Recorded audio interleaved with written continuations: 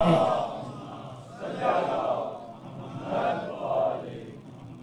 عزیزان گرامی بہت سارے اصول سنیں گے انشاءاللہ ان 10 بجے. صرف انٹروڈکشن کرا رہا ہوں. غذائیں بھی کچھ عقل بڑھا دیتی ہیں.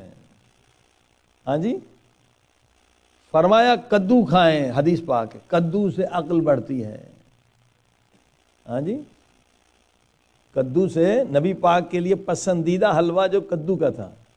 انشاءاللہ کل مومن کوئی نظر میں کدو لے کر آئے، سب کی عقل بڑھ جائے گی. صلوات پڑھے محمد.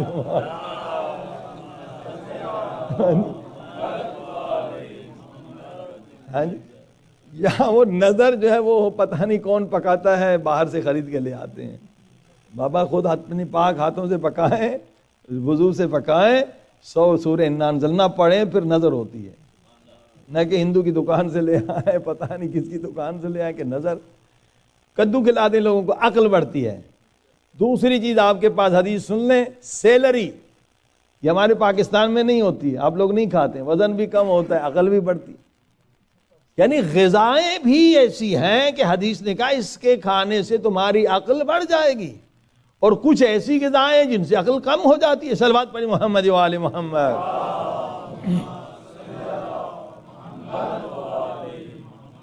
تو مومنین کو ایسی غذائیں کھلائیں جن سے عقل بڑھ جائے اور ان کا غصہ گھٹ جائے.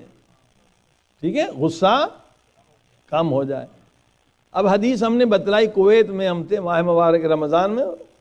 حدیث بڑی زبردست ہے کہ جس آدمی کو غصہ زیادہ ہے وہ ناشتے میں 5 پرون کھا لے. 5 پرون سمجھتے ہیں یہاں، پرون انگلش سمجھتے ہیں، پاکستان میں نہیں ہوتے، یہاں اچھے ٹیسٹی ہوتے ہیں. ان کو آلو سیاہ کہتے ہیں فارسی میں. حدیث میں ہے کہ آلو سیاہ غصے سے طلاقیں ہو جاتی ہیں، غصے سے قتل ہو جاتے ہیں، غصے سے جھگڑ. یہاں ایک رمضان ہم نے کئی لوگوں کو غصے میں دیکھا، آپس میں لڑ رہے تھے، ہماری مجلس کا کوئی اثر ہی نہیں ہوا. صلوات پڑھ دے محمد.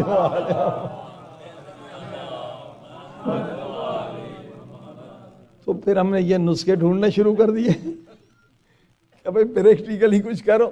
تو ایک ڈاکٹر تھے ہارٹ اسپیشلسٹ، وہ بیچارے کو دن میں کویت میں 5-6 اوپن ہارٹ سرجری کرتے تھے. تھکے ہوئے تو بچے شور کرتے، انہیں غصہ آتا تھا. تو کہا مولانا میں نے جا کے پریکٹیکلی یہ کھائے، 5 پرون صبح ناشتے میں کھائے. 1 دن 2 دن میں تو بچے شرارت کر رہے ہیں، میری نیند خراب، مجھے غصہ نہیں آیا. تو اس نے کیا وہ ڈھیر سارے وہ پرون لے کر آئے کہ مومنین سب کو کھلائیں کہ یہ نظر میں تقسیم کرو. صلوات پڑھ دے محمد و آل محمد.